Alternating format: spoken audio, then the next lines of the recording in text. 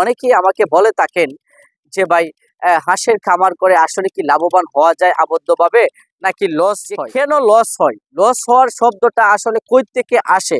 Loss আপনি কখন পাবেন? যখন দেখবেন আপনি একটি বাচ্চা কানেক্ট করেছেন অথবা একটি বড় হাঁস কানেক্ট করেছেন।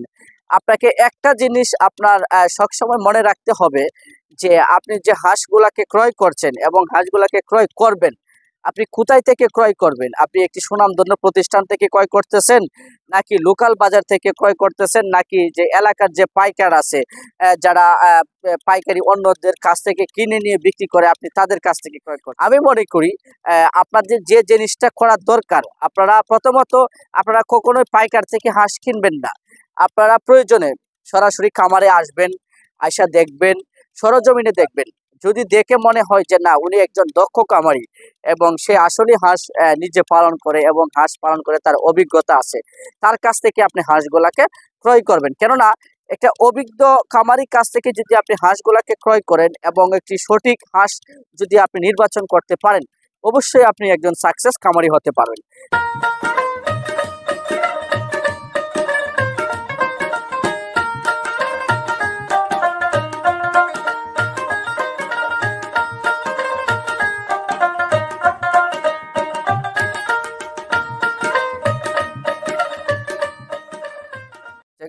আসসালামু আলাইকুম প্রিয় খামারি ভাই ও বোনেরা, আশা করি সকলেই ভালো আছেন।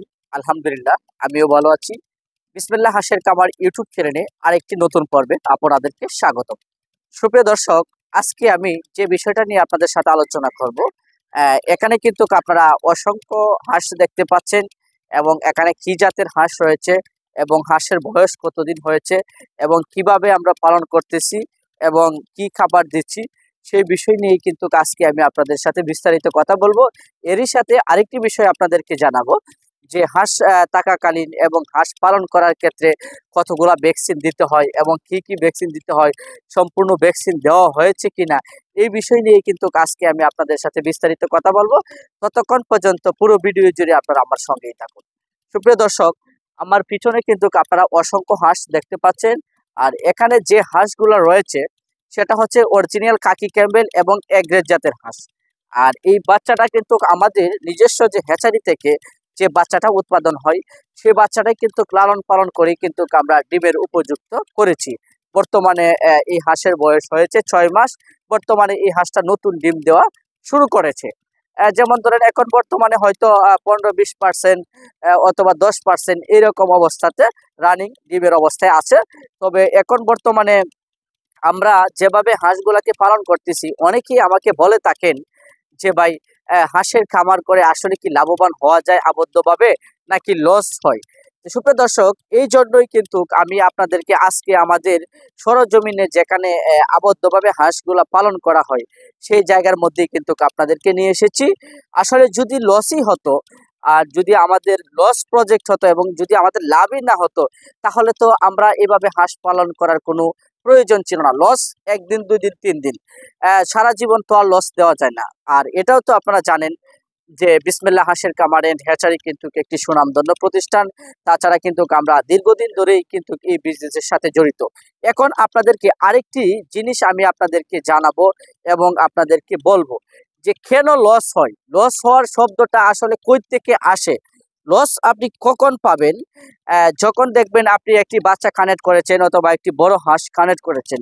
আপনাকে একটা জিনিস আপনার সবসময় মনে রাখতে হবে যে আপনি যে হাঁসগুলাকে ক্রয় করছেন এবং হাঁসগুলাকে ক্রয় করবেন, আপনি কোথায় থেকে ক্রয় করবেন? আপনি একটি সুনামধন্য প্রতিষ্ঠান থেকে ক্রয় করতেছেন, নাকি লোকাল বাজার থেকে ক্রয় করতেছেন, নাকি যে এলাকার যে পাইকার আছে যারা পাইকারি অন্যদের কাছ থেকে কিনে নিয়ে বিক্রি করে আপনি তাদের কাছ থেকে ক্রয় করছেন?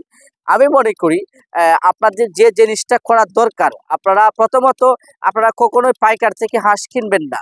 আপনারা প্রয়োজনে সরাসরি খামারে আসবেন, আইসা দেখবেন, সরজমিনে দেখবেন।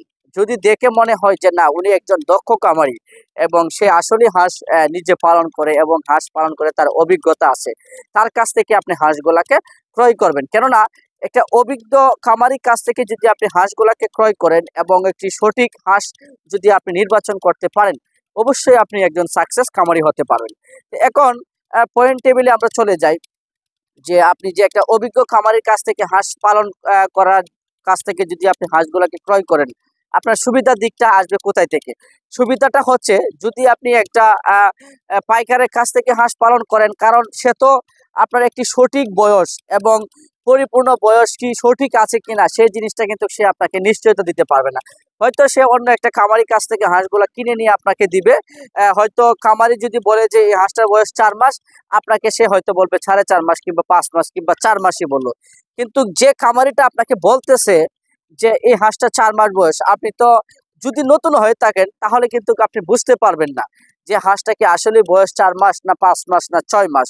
তো সেক্ষেত্রে আপনি যদি একটা পারফেক্ট খামারি থেকে এবং অরিজিনালি খামারি থেকে যদি আপনি হাঁসগুলোকে ক্রয় করেন, তাহলেই কিন্তু সে আপনাকে ফাইনালি বলতে পারবে যে এই হাঁসটার বয়স হয়েছে 6 মাস।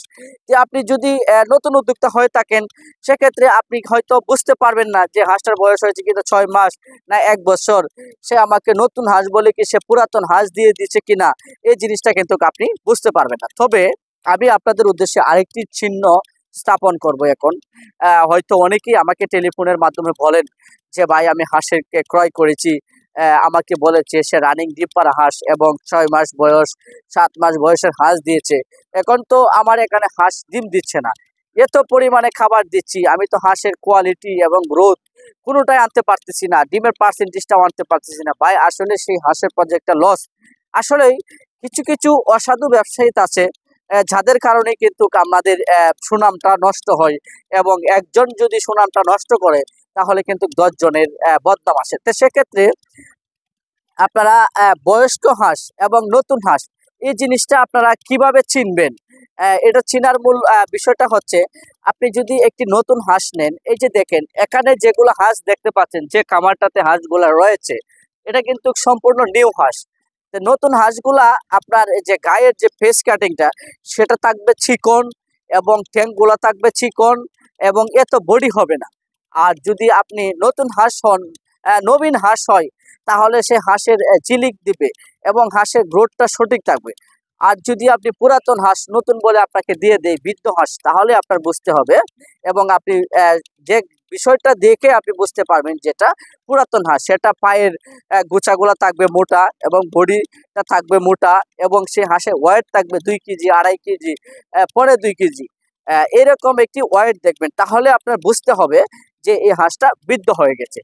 তো সুপ্রিয় দর্শক, আমরা এই জিনিসটাই কিন্তু খেয়াল করে নেব। আমি বাংলাদেশ যে কোনো খামার থেকে হাঁসগুলা ক্রয় করেন না, আমাদের কাছ থেকে এবং বিসমিল্লাহ হাঁসের খামার এন্ড হ্যাচারি থেকে যে আপনার খামার থেকে হাঁস নিতে হবে সেটা কোনো কথা না। আপনি বাংলাদেশ যে কোনো প্রান্ত থেকে হাঁসগুলা ক্রয় করেন, আপনি সরজমিনে নিজে এসে দেখে শুনে হাঁসগুলাকে ক্রয় করবেন, তাহলে আপনি একজন ভালো একটি হাঁস নিজের হাতে সিলেক্টেড করতে পারবেন। আপনারা যেখান থেকে হাঁসগুলা ক্রয় করেন না কেন, আমার এখানে যেগুলো হাঁস আমাদের এই খামারে রয়েছে, এখানে আমরা 6টা ভ্যাকসিন মূলত কমপ্লিট করেছি। প্রথম ভ্যাকসিনটা দিয়েছি ডাক প্লেগ 25 দিনের মাথায়, সেকেন্ড ডোজটা দিয়েছি 45 দিনের মাথায়, কলেরাটা দিয়েছি 60 দিনের মাথায়, 75 দিনের মাথায় দিয়েছি আমরা কলেরা 74 নাম্বার ডোজটা। এখানে সম্পূর্ণ A to Z vaccine complete নিশ্চিত করেই কিন্তু আমরা হাঁসগুলাকে সমগ্র বাংলাদেশে ডেলিভারি দিচ্ছি। আপনারা যারা এরকম নতুন হাঁস নবীন, যারা নতুন উদ্যোক্তা আছেন, যারা রিক্সের মাধ্যমে যেতে চাচ্ছেন না, হয়তো বড় হাঁস দিয়ে শুরু করতে চাচ্ছেন, আপনারা মাথার মধ্যে একটা জিনিস রাখবেন, আপনি যদি ডিম পাড়া হাঁস দিয়ে শুরু করেন, একদম নবীন হাঁস যেটাকে বলা হয় নতুন ডিম পাড়া শুরু করছে, আপনি সেই হাঁসটা দিয়ে শুরু করবেন, তাহলে আপনি একটা সফল কামারি হতে পারবেন। তো সুপ্রিয় দর্শক, আমি ভিডিওটাকে আর বেশি লম্বা করব না, তবে আরেকটি কথা আমি যেটা আপনাদেরকে বলবো, যে আমরা যে এখানে যে বাচ্চাটাকে হাঁসগুলাকে পালন করতেছি, এটা হচ্ছে সম্পূর্ণ আবদ্ধভাবে।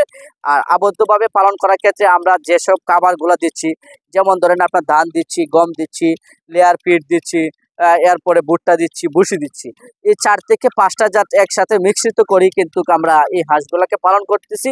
তা আপনারা যারা এরকম ভাবে আবদ্ধভাবে হাঁস পালন করতে চান, অবশ্যই আপনি পালন করতে পারবেন। তাছাড়াও যে কোনো ধরনের সমস্যা আপনি আমার কাছ থেকে যে হাঁস নিচ্ছেন বিদায় আমার কাছ থেকে পরামর্শ নিতে হবে সেটা কোনো কথা নয়। যে কোনো ধরনের সমস্যা ফেস করেন অবশ্যই আপনি আমাদের বিসমিল্লাহ হাঁসের খামারের হ্যাচারিতে যোগাযোগ করবেন। অবশ্যই যতটুকু সম্ভবত সর্বোচ্চ দিয়ে আমি আপনাদেরকে সহযোগিতা করব। তো সুপ্রিয় দর্শক, ভিডিওটাকে আমি আর বেশি লম্বা করব না। এখনও যারা বিসমিল্লাহ হাঁসের খামার ইউটিউব চ্যানেলটিকে সাবস্ক্রাইব করেন নাই অবশ্যই আপনারা পাশে থাকায় বেল আইকনটি বাজিয়ে চ্যানেলটিকে সাবস্ক্রাইব করে দিবেন। আর ইতিমধ্যে যারা চ্যানেলটিকে সাবস্ক্রাইব করে দিয়েছেন তাদেরকে অন্তরস্থল থেকে ভালোবাসা এবং শুভকামনা রইল। সকলেই ভালো থাকবেন, সুস্থ থাকবেন। আল্লাহ হাফেজ।